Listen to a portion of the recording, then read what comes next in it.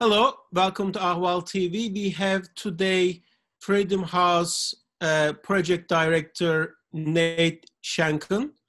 Hello, Nate. Hello, Ilhan. Thanks for having me. Thanks for your time. Today is a very interesting day in Turkey. We have this ruling in the morning earlier about Deniz Yücel, German-Turkish journalist. He got released without court hearing, by the way, and a day after Turkish Prime Minister Binali Yıldırım and German Chancellor Merkel had a meeting. And about an hour later, we heard this terrible news that Mehmet Altan, Ahmet Altan, Nazlı Ilıcak, as well as three other people who are known in the media, whether on TV or in other positions, they got life sentences. Can you tell us what do you think about these decisions and whether you see any kind of links or calculations or anything on that? Well, let me start with the biggest thing that's clear from these two different events, and that is that the system of justice in Turkey is fully under political control. Deniz Yücel, of course, has been in custody for well over a year. He's been kept in solitary confinement. He was never presented the evidence against him. He had no opportunity to contest or discuss it even in court. While at the same time, politicians in Turkey, President Erdogan, Prime Minister Yıldırım, others were constantly making political remarks about him and about his guilt. And then at a time when Turkish-German relations are very fraught and very strained, and where this is a major part in that, and immediately following the Chancellor's visit, he's released. And he's released right after Prime Minister Yıldırım had told the press publicly, very clearly, I think there will be a development in this case soon. It clearly was a political decision to imprison him, and then it's a political decision to release him. And in the same way, we see a political set of decisions in how the courts have handled the case against the Altan brothers, Nazlı Ilıcak, and the others. Of course, as people who are watching probably know, the Constitutional Court had ruled last month that one of the Altan brothers and that Şahin Alpay, in a related case of journalists, should be released from pretrial detention because of violation of their rights, simply that they'd been held for so long in pretrial detention. And that ruling was ignored and openly then rejected by lower courts. And now we arrive at the point where people are actually being sentenced to life imprisonment. The evidence that was presented in this case is unbelievably shoddy.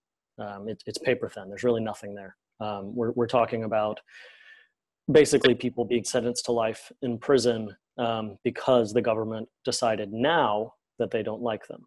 And of course, one of the big ironies throughout this is that, as everyone knows, these are journalists who 5 years ago or 6 years ago were on quite friendly terms with the current government.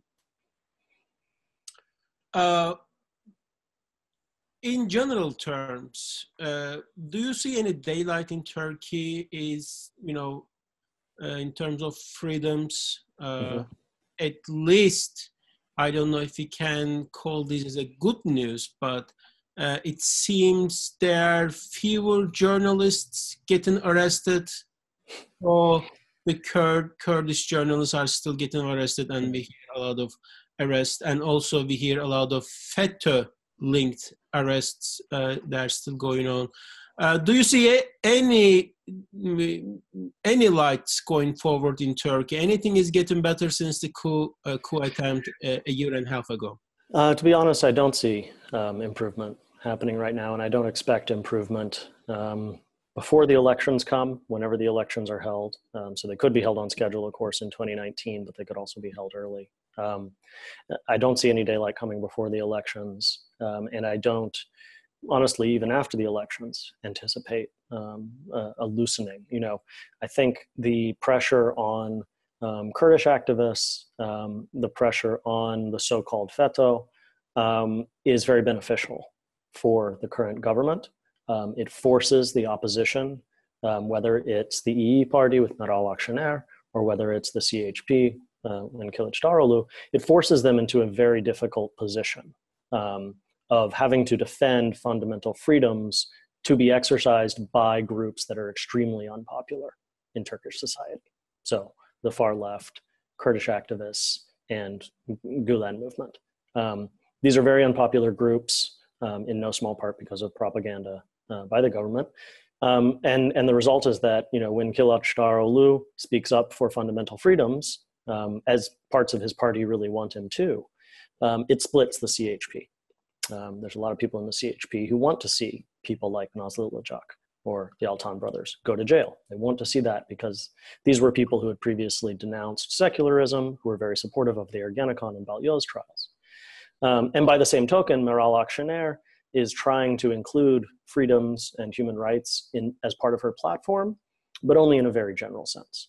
And because she's running to the right of Erdogan, she really has to endorse very strongly the war on the Gulen movement and the war on Kurdish activism. And so the result is that this is a winning political play for Erdogan domestically, even as internationally it increases his isolation and makes Turkey's predicament that much more difficult. Wow. Well, I hope one day Turkey will have better freedoms and much more space for various actors to voice their criticism or their demand from their government. Thank you for today in a short notice, and you guys at the Freedom House are doing fantastic job to monitor Turkey's freedoms. We thank you for your. Thank you.